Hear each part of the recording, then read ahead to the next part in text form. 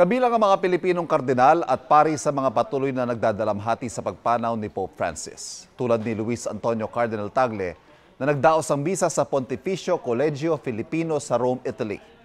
May unang balita si Vicky Morales.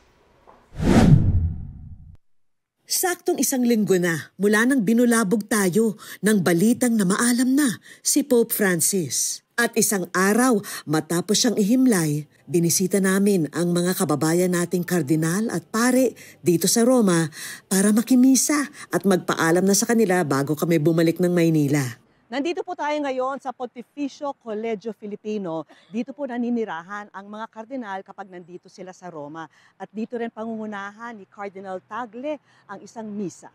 Nang magsimula na ang kanyang homily, sinabi ni Cardinal Tagle na nananaig ang kasamaan dahil mas kinakalat ng tao ang bad news, imbes na yung mabubuting nangyayari sa ating kapaligiran. Pagkatapos ng misa, nilapitan siya ng mga bisita at kitang-kita ko sa mga mukha nila yung labis na tuwa na makasama siya.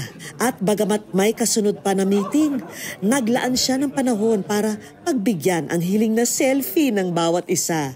Pinaabot ko ang aking pakikiramay sa pagkawala ng Santo Papa. Bago siya umalis, niyakap ko siya at binulong ko na sana kumain pa siya. Napansin ko kasing tila nangayayat na siya mula nang mawala ang Santo Papa sa buhay niya. Binati naman niya ako ng good luck at sinabing, sige, kakain siya. Mula sa Rome, Italy, Vicky Morales para sa GMA Integrated News. Kapuso, huwag magpapahuli sa latest news and updates. Mag-iuna ka sa balita at mag-subscribe sa YouTube channel ng GMA Integrated News.